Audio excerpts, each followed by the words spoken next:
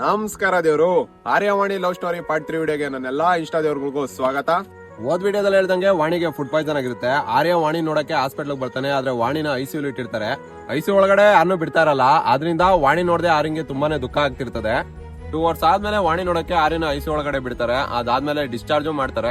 ಅಲ್ಲಿಂದ ವಾಣಿ ಕರ್ಕೊಂಡು ಆರ್ಯ birthday party ಅಲ್ಲಿ ಹೋಗ್ತಾನೆ.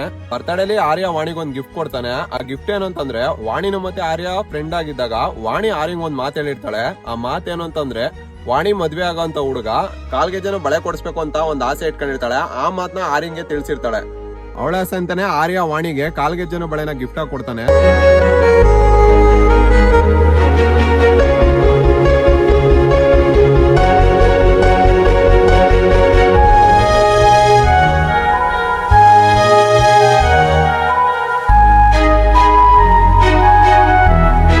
ಎಲ್ಲ ಆದ್ಮೇಲೆ ಇವ್ರಿಬ್ರು ತುಂಬಾನೇ ಖುಷಿಯಾಗಿರ್ತಾರೆ. ಇವ್ರ ಲವ್ ಸ್ಟೋರಿಲಿ ಸಣ್ಣ ಪುಟ್ಟ ಜಗಳ ಆತಾನೆ ಇರ್ತವೆ. ವಾಣಿದೇ ತಪ್ಪಿದ್ರು ಆರ್ಯನೇ ಕ್ಷಮೆ ಕೇಳಿ ಅವ್ರಿಬ್ರು ಪ್ರೀತಿನ ಉಳಿಸ್ಕೊಂಡು ಹೋಗ್ತಿರ್ತಾನೆ. ಇವರಿಬ್ರು ಲವ್ ಸ್ಟೋರಿ ನೋಡಿ ಎಷ್ಟೋ ಜನ ಖುಷಿನೂ ಪಡ್ತಿರ್ತಾರೆ, ಇನ್ನಷ್ಟು ಜನ ಹೊಟ್ಟೆ ಹೊರ್ಕೊಂಡು ಶಾಪನೂ ಆಗ್ತಿರ್ತಾರೆ. ಅವ್ರು ಹಾಕಿದಂತ ಶಾಪ ಅವ್ರ ಪ್ರೀತಿ ಮೇಲೆ ಬೇಗನೆ ತಟ್ಟುತ್ತೆ. ಅವ್ರಿಬ್ರು ನಡುವೆ ಒಂದ್ ಸಣ್ಣ ಜಗಳ ನಡೆಯುತ್ತೆ. ಆ ಜಗಳದಿಂದ ಅವ್ರಿಬ್ರು ಪ್ರೀತಿ ನಡುವೆ ಒಂದ್ ಬಿರುಕು ಬೀಳುತ್ತೆ. ಆ ಜಗಳ ಏನಂತಂದ್ರೆ, ಆರ್ಯಂಗೆ ಒಂದ್ ಇಂಪಾರ್ಟೆಂಟ್ ಕೆಲಸ ಇರುತ್ತೆ. ಆ ಕೆಲ್ಸಕ್ಕೆ ಆರ್ಯ ಹೋಗ್ಲೇಬೇಕಾಗಿರುತ್ತೆ. ಆದ್ರಿಂದ ಹೋಗಿರ್ತಾನೆ. ಅದೇ ಟೈಮಲ್ಲಿ ವಾಣಿಗೆ ಹುಷಾರಿರಲ್ಲ. ಆ ವಿಷಯ ಆರ್ಯಂಗೆ ಗೊತ್ತಿರಲ್ಲ. ಆರ್ಯಂಗೆ ಆ ಕೆಲ್ಸಕ್ಕೆ ಹೋದ್ಮೇಲೆ ವಾಣಿಗೆ ಹುಷಾರಿಲ್ಲ ಅನ್ನೋ ವಿಷಯ ತಿಳಿಯುತ್ತೆ. ವಿಷಯ ಗೊತ್ತಾದ್ಮೇಲೆ ಆರ್ಯ ವಾಣಿಗೆ ಫೋನ್ ಮಾಡಿ ಬಂದು ಆಸ್ಪತ್ರೆ ಕರ್ಕೊಂಡು ಹೋಗ್ಬೇಕಂತ ಕೇಳ್ತಾನೆ. ಆದ್ರೆ ವಾಣಿ ಬೇಡ, ನೀನ್ ಆ ಇಂಪಾರ್ಟೆಂಟ್ ಕೆಲ್ಸನ ಮುಗಿಸ್ಕೊಂಬಾ ಅಂತ ಹೇಳಿರ್ತಾಳೆ. ಅದಾದ್ಮೇಲೆ ವಾಣಿ ಊರ್ಗ್ ಹೋಗ್ಬೇಕು ಅಂತ ಹೇಳಿ ಬಸ್ ಸ್ಟ್ಯಾಂಡಿಗೆ ಬರ್ತಾಳೆ. ಬಸ್ ಸ್ಟ್ಯಾಂಡಿಗೆ ಬಂದ್ಮೇಲೆ ವಾಣಿಗೆ ತುಂಬಾ ಹುಷಾರಿಲ್ದಂಗ ಆಗುತ್ತೆ. ಅದೇ ಸಮಯದಲ್ಲಿ ಆರ್ಯನು ಫೋನ್ ಮಾಡ್ತಾನೆ. ಆರ್ಯಂಗೆ ವಿಷಯ ತಿಳಿಯುತ್ತೆ ಅವಳಿಗೆ ಸುಸ್ತಾಗಿರೋದು. ಆದ್ರಿಂದ ಆರ್ಯ ಬರಕಾಗದೆ ಅವನ ಫ್ರೆಂಡ್ ಕೃಷ್ಣಂಗೆ ಫೋನ್ ಮಾಡಿ ಈ ತರ ಆಗಿದೆ, ಅವಳನ್ನ ಕರ್ಕೊಂಡೋಗಿ ಊರಿಗೆ ಬಿಟ್ಪಾ ಅಂತ ಹೇಳ್ತಾನೆ. ಅದ್ರಂತೆ ಕೃಷ್ಣ ಕರ್ಕೊಂಡೋಗಿ ಬಿಟ್ ಬರ್ತಾನೆ. ವಾಣಿ ಊರ್ಗ್ ಹೋದ್ಮೇಲೆ ಆರ್ಯನ್ ಫೋನ್ ನ ರಿಸೀವ್ ಮಾಡ್ತಿರಲ್ಲ, ಮತ್ತೆ ಆರ್ಯನ್ ಮೆಸೇಜ್ಗೆ ರಿಪ್ಲೈನೂ ಮಾಡ್ತಿರಲ್ಲ. ಆದ್ರಿಂದ ಆರ್ಯ ತುಂಬಾನೇ ಬೇಜಾರಾಗ್ತಾನೆ. ಸ್ವಲ್ಪ ದಿನ ಆದ್ಮೇಲೆ ವಾಣಿ ಊರಿಂದ ಬರ್ತಾಳೆ. ವಾಣಿನ ಆರ್ಯ ಹೋಗಿ ಮಾತಾಡ್ಸಕ್ ಹೋದ್ರೆ ಎಷ್ಟೇ ಮಾತಾಡ್ಸೋರು ವಾಣಿ ಮಾತಾಡ್ತಿರಲ್ಲ. ಅದರಿಂದ ಆರ್ಯಂಗೂ ತುಂಬಾನೇ ಬೇಜಾರಾಗುತ್ತೆ. ಅದಕ್ಕೆ ಸ್ವಲ್ಪ ದಿನ ಮಾತಾಡೋದನ್ನ ನಿಲ್ಲಿಸ್ತಾರೆ. ಮತ್ತೆ ಆರ್ಯ ತನ್ನ ಪ್ರೀತಿ ಉಳಿಸ್ಕೊಬೇಕು ಅಂತ ಹೇಳಿ ಮತ್ತೆ ಅವನೇ ಫೋನ್ ಮಾಡ್ತಾನೆ. ಆದ್ರೆ ವಾಣಿ ಆರ್ಯನ್ ನಂಬರ್ನ ಬ್ಲಾಕ್ ಲಿಸ್ಟ್ ಹಾಕಿರ್ತಾಳೆ. ಬ್ಲಾಕ್ ಲಿಸ್ಟ್ ಹಾಕಿರೋದು ಗೊತ್ತಾದ್ಮೇಲೆ ಆರ್ಯ ವಾಣಿ ಹತ್ರ ಹೋಗಿ ಏನಕ್ಕೆ ಬ್ಲಾಕ್ ಲಿಸ್ಟ್ ಹಾಕಿದ್ಯಾ ಅಂತ ಕೇಳ್ತಾನೆ. ವಾಣಿ ಆಗೊಂದ್ ರೀಸನ್ ಕೊಡ್ತಾಳೆ. ಆ ರೀಸನ್ ಏನು ಅಂತಂದ್ರೆ, ವಾಣಿಗೆ ಹುಷಾರಿಲ್ದಿದ್ದ ಟೈಮಲ್ಲಿ ಆರ್ಯ ಬಂದ್ ನೋಡಿಲ್ಲ ಅಂತ. ಆದ್ರೆ ಆರ್ಯ ವಾಣಿಗೆ ಫೋನ್ ಮಾಡಿ ಕೇಳಿರ್ತಾನೆ ಬಂದು ಆಸ್ಪತ್ರೆಗೆ ಕರ್ಕೊಂಡು ಹೋಗ್ಬೇಕಂತ. ಆ ಟೈಮಲ್ಲಿ ವಾಣಿ ಬೇಡ ಅಂದಿರ್ತಾಳೆ. ಆತರ ಕೇಳಿರೋ ವಿಷಯನ ಆರ್ಯ ವಾಣಿಗೆ ತಿಳಿಸ್ತಾನೆ. ಆದ್ರೂ ವಾಣಿ ಮಾತಾಡಲ್ಲ. ಅದರಿಂದ ಏನಾಗುತ್ತೆ ಅಂತಂದ್ರೆ, ತುಂಬಾ ದಿನ ಗ್ಯಾಪ್ ಆಗ್ಬಿಡುತ್ತೆ ಅವ್ರ ಲವ್ ಸ್ಟೋರಿ ಒಳಗೆ. ಅದೇ ಸಮಯದಲ್ಲಿ ಆರ್ಯ ಕೆಲಸ ಮಾಡ್ತಿರೋ ಕಂಪ್ನಿ ಸ್ಯಾಲ್ರಿಗಿಂತ ಇನ್ನಷ್ಟು ಜಾಸ್ತಿ ಸಿಗೋ ಕಂಪ್ನಿ ಒಳಗೆ ಅವನಿಗೆ ಕೆಲಸ ಸಿಗುತ್ತೆ. ಅದರಿಂದ ಆರ್ಯ ಕೆಲಸ ಬಿಟ್ಟು ಆ ಕಂಪ್ನಿಗೆ ಹೋಗಕ್ಕೆ ಸ್ಟಾರ್ಟ್ ಮಾಡ್ತಾನೆ. ಈ ವಿಷಯನ ವಾಣಿಗೆ ತಿಳಿಸ್ದೇ ಹೋಗಿರ್ತಾನೆ. ಇದರಿಂದ ಇವರಿಬ್ರು ಲವ್ ಸ್ಟೋರಿ ನಡುವೆ ತುಂಬಾನೇ ಗ್ಯಾಪ್ ಆಗ್ಬಿಡುತ್ತೆ. ಈ ಜಗಳದಲ್ಲಿ ಆರ್ಯ ತನ್ನ ಫೋನ್ ನೋಡ್ದಾಕಂತಾನೆ. ಅದಾದ್ಮೇಲೆ ಆ ವಾಣಿ ಮತ್ತೆ ಆರ್ಯ ಮಾತಾಡೋದನ್ನ ನಿನ್ಸಿರ್ತಾರೆ. 3 ತಿಂಗಳು ಅವ್ರು ಮಾತುಕತೆ ಇಲ್ಲದೆ ಅವ್ರಿಬ್ರು ದೂರ ಆಗಿರ್ತಾರೆ. ಅದಾದ್ಮೇಲೆ ಆರ್ಯ ಇನ್ಸ್ಟಾಗ್ರಾಮ್ ಯೂಸ್ ಮಾಡ್ಬೇಕು ಅಂತಂದ್ರೆ ತನ್ನ ಫ್ರೆಂಡ್ ಗಳು ಫೋನ್ ಇಸ್ಕೊಂಡು ಯೂಸ್ ಮಾಡ್ತಿರ್ತಾನೆ. ಆಗ 3 ತಿಂಗಳು ಆದ್ಮೇಲೆ ಒಂದು ರೀಲ್ ಅಪ್ಲೋಡ್ ಆಗುತ್ತೆ ವಾಣಿ ಕಡೆಯಿಂದ. ಆ ರೀಲ್ ಅಲ್ಲಿ ವಾಣಿ ಬೇರೆಯವ್ರ ಜೊತೆ ಓಡಾಡ್ತಿರೋದು ಗೊತ್ತಾಗುತ್ತೆ. ಆ ವಿಡಿಯೋ ನೋಡಿದ್ಮೇಲೆ ಆರ್ಯ ತನ್ನ ಫ್ರೆಂಡ್ ಫೋನ್ ಇಂದ ವಾಣಿಗೆ ಫೋನ್ ಮಾಡ್ತಾನೆ. ವಾಣಿಗೆ ಫೋನ್ ಮಾಡ್ಬಿಟ್ಟು ಯಾಕೆ ಈ ತರ ಮಾಡ್ತಿದ್ಯಾ ಅಂತ ಕೇಳ್ತಾನೆ. ಆಗ ವಾಣಿ ಹೇಳ್ತಾಳೆ, ಫ್ಯಾಮಿಲಿಯವರು ಮನೆ ಕರ್ಸ್ಬಿಟ್ಟು ಗೊತ್ತಿಲ್ಲದೆ ಎಂಗೇಜ್ಮೆಂಟ್ ಮಾಡಿ ಹುಡುಗನ್ ಜೊತೆ ದೇವಸ್ಥಾನಕ್ಕೆ ಹೋಗಿ ಬರೋ ಅಂತ ಹೇಳಿದ್ರು. ಆಗ ಹೋದಾಗ ಈ ರೀಲ್ ನ ಮಾಡಿ ಅಪ್ಲೋಡ್ ಮಾಡಿದೀನಿ ಅಷ್ಟೇ. ನನಗೆ ಈ ಮದ್ವೆ ಇಷ್ಟ ಇಲ್ಲ, ನನಗ್ ನೀನೇ ಬೇಕು ಅಂತ ಹೇಳ್ತಾಳೆ. ಅದಾದ್ಮೇಲೆ ಆರ್ಯನ ವಾಣಿನೂ ಮೀಟ್ ಆಗಿ ಮುಂದೆ ಏನ್ ಮಾಡ್ಬೇಕು ಅಂತ ಪ್ಲಾನ್ ಮಾಡ್ತಾರೆ. ಆದ್ರೆ ವಾಣಿ ಇಲ್ಲ, ಮನೆಯವ್ರನ್ನ ಒಪ್ಸಕ್ ಆಗಲ್ಲ, ನಮ್ಮಿಬ್ರಿಗೂ ಸಾಯೋದ್ ಬಿಟ್ರೆ ಬೇರೆ ದಾರಿ ಇಲ್ಲ ಅಂತ ಹೇಳ್ತಾಳೆ. ಅದಕ್ಕೆ ಆರ್ಯ ಸಾಯೋದೆಲ್ಲ ಬೇಡ, ಮನೆಯವ್ರನ್ನ ಒಪ್ಸಿ ಮದ್ವೆ ಆಗೋಣ ಅಂತ ಹೇಳ್ತಾನೆ. ಅದಕ್ಕೆ ವಾಣಿ ಆಯ್ತು, ಏನಾದ್ರು ಮಾಡಿ ಮನೆಯವ್ರನ್ನ ಒಪ್ಪಿಸ್ತೀನಿ ಅಂತ ಹೇಳಿ ಮನೆಗೆ ವಾಪಸ್ ಹೋಗ್ತಾಳೆ. ಅದಾದ್ಮೇಲೆ ಆರ್ಯ ಕಂಪ್ನಿಲಿ ಕೆಲಸ ಮಾಡ್ತಿರ್ತಾನೆ. ಆರ್ಯನ ಮೀಟ್ ಆಗಕ್ಕೆ ವಾಣಿನ ಮದ್ವೆ ಆಗ್ತಿರೋಂತ ಗಂಡು ಕಂಪ್ನಿ ಹತ್ರ ಬರ್ತಾನೆ. ಯಾಕಂತಂದ್ರೆ ವಾಣಿ ನಡೆದಿರೋಂತ ವಿಷಯನೆಲ್ಲ ಹುಡ್ಗಂಗ್ ಹೇಳಿರ್ತಾಳೆ. ಅದಕ್ಕೋಸ್ಕರ ಆರ್ಯನ ಹತ್ರ ಮಾತಾಡೋಕೋಸ್ಕರ ಹುಡ್ಗ ಬಂದಿರ್ತಾನೆ.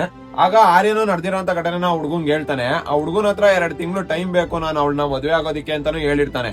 ಈ ವಿಷಯ ಕೇಳಿದಂತ ಹುಡ್ಗ ವಾಣಿ ಹತ್ರ ಹೋಗಿ ಸುಳ್ಳು ಹೇಳ್ತಾನೆ. ಆರ್ಯಂಗೆ ನೀನಂದ್ರೆ ಇಷ್ಟ ಇಲ್ಲ, ನೀನ್ಯಾಕೆ ಅವನ್ನ ಇಷ್ಟೊಂದು ಪ್ರೀತಿ ಮಾಡ್ತಿದ್ಯಾ ಅಂತ ಹೇಳ್ತಾನೆ. ಅದನ್ನ ಕೇಳಿಸ್ಕೊಂಡಿದ್ದಂತ ವಾಣಿ ಆರ್ಯಂಗ್ ಫೋನ್ ಮಾಡಿ ಮತ್ತೆ ಜಗಳ ಮಾಡ್ಕೊಂತ. ಆ ಜಗಳ ಆದ್ಮೇಲೆ ಆರ್ಯ ಡೈರೆಕ್ಟ್ ಆಗಿ ವಾಣಿನ ಕರ್ಸ್ಕೊಂಡು ಮಾತಾಡ್ತಾನೆ. ಅಲ್ಲಿ ನಡೆದಿದ್ದಂತ ಅಷ್ಟು ವಿಷಯನ ಅವಳಿಗೆ ತಿಳಿಸ್ತಾನೆ. ಅದಾದ್ಮೇಲೆ ಆರ್ಯ ನಾವಿಬ್ರು ಈ ತರ ಇದ್ರೆ ಆಗಲ್ಲ, ಎಲ್ಲಾದ್ರೂ ಹೋಗಿ ದೇವಸ್ಥಾನದಲ್ಲಿ ಮದ್ವೆ ಆಗೋಣ ಅಂತ ಹೇಳ್ತಾನೆ. ಆದ್ರೆ ವಾಣಿ ಬೇಡ, ಮನೆಯವರು ಯಾವ್ದೇ ಕಾರಣಕ್ಕೂ ಮುಂದೆ ನನ್ನನ್ನ ಒಪ್ಕೊಳಲ್ಲ, ಅದಕ್ಕೋಸ್ಕರ ನಾವಿಬ್ರು ಸತ್ತೋಗ್ಬಿಡೋಣ ಅಂತ ಮತ್ತೆ ಹೇಳ್ತಾಳೆ. ಆರ್ಯ ಎಷ್ಟೇ ಹೇಳಿದ್ರು ವಾಣಿ ಸಾಯೋ ಮಾತೊಂದ್ ಬಿಟ್ಟು ಬೇರೆ ಏನು ಹೇಳಲ್ಲ. ಯಾವ್ದೇ ಕಾರಣಕ್ಕೂ ನಾವಿಬ್ರು ಒಂದಾಗಕ್ಕಾಗಲ್ಲ, ನಾವಿಬ್ರನ್ನ ಮನೆಯವ್ರು ಒಪ್ಪಲ್ಲ, ನಾವಿಬ್ರು ಸತ್ತೋಗ್ಬಿಡೋಣ ಒಂದೇ ಮಾತು ಹೇಳ್ತಿರ್ತಾಳೆ. ಅದಕ್ಕೆ ಆರ್ಯ ಮದ್ವೆಗಿನ್ನು ಟೈಮ್ ಇದೆಯಲ್ವಾ, ಅಷ್ಟರಲ್ಲಿ ಏನಾದ್ರೂ ಒಂದು ಪ್ಲಾನ್ ಮಾಡಿ ಮನೆಯವ್ರನ್ನ ಒಪ್ಸೋ ತರ ಮಾಡೋಣ ಅಂತ ಹೇಳ್ತಾನೆ.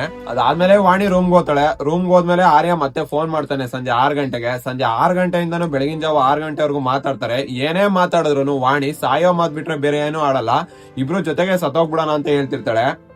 ವಾಣಿ ಆಡಿದಂತ ಅಷ್ಟು ಮಾತು ಕೇಳಿ ಆರ್ಯನ್ ಮನ್ಸಲ್ಲೂ ಸಾಯೋ ಯೋಚನೆ ಬಂದಿರುತ್ತೆ. ಅದೇ ಟೈಮಲ್ಲಿ ವಾಣಿ 7 ಗಂಟೆಗೆ ಕೆಲ್ಸಕ್ಕೆ ಹೋಗ್ತಾಳೆ. ಆರ್ಯನ್ ಮನ್ಸಲ್ಲಿ ಸಾಯೋ ಯೋಚನೆ ಬಂದಿರೋದ್ರಿಂದ ಆರ್ಯ ಇಬ್ರು ಜೊತೆಗೆ ಸಾಯೋಕ್ಕಾಗಲ್ಲ. ವಾಣಿ ಸಾಯೋದನ್ನ ನೋಡಕ್ಕೆ ಇಷ್ಟ ಇರಲ್ಲ ಆರ್ಯನ್ಗೆ. ಅದಕ್ಕೆ ಏನ್ ಮಾಡ್ತಾನೆ, ಆರ್ಯ ಪಾಯ್ಸನ್ ತಗಂತಾನೆ.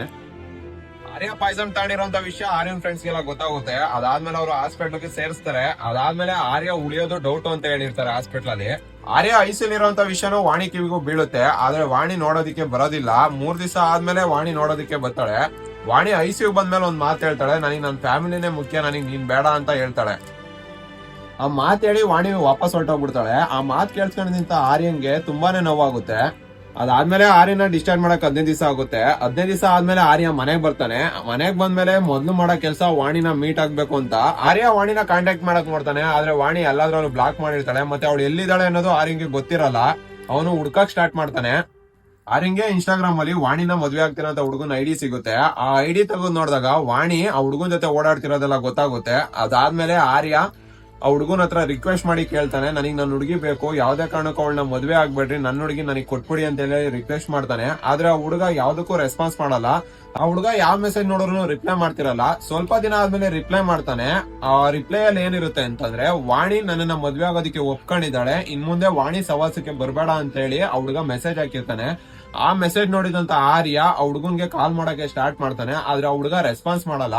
ಅದಾದ್ಮೇಲೆ ವಾಣಿ ಇದ್ದಂತ ರೂಮ್ ಅಲ್ಲಿ ಇರುವಂತ ಫ್ರೆಂಡ್ಸ್ ಗೆ ಆರ್ಯ ಕಾಲ್ ಮಾಡ್ತಾನೆ. ಆರ್ಯ ಕಾಲ್ ಮಾಡಿದಾಗ ಅಲ್ಲಿರೋಂತ ಫ್ರೆಂಡ್ಸ್ ಗಳು ವಾಣಿ ಮದ್ವೆ ಏಪ್ರಿಲ್ ಅಲ್ಲಿ ಇದೆ ಅಂತ ಹೇಳಿರ್ತಾರೆ.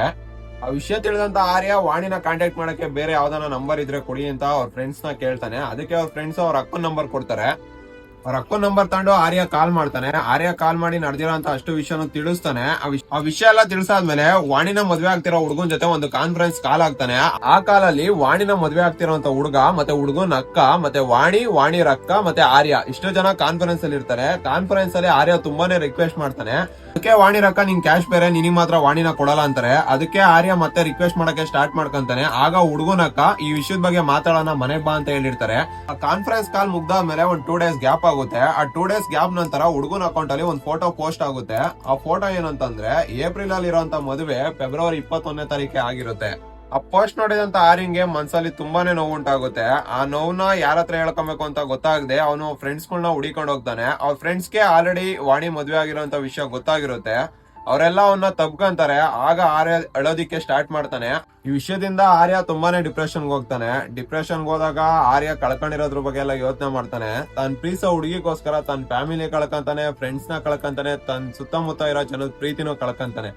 ಆರ್ಯಂಗೆ ಪ್ರೀತಿಲಾಗಿರೋಂತ ನೋವಿರ್ಬೋದು, ಮೋಸ ಇರ್ಬೋದು, ಇವೆಲ್ಲ ಬೇರೆ ಲೈಫ್ ಅಲ್ಲಿ ಆಗ್ಬಾರ್ದು ಅಂತೇಳಿ ಈ ಬುಕ್ ನ ಬರ್ದಿದ್ದಾನೆ.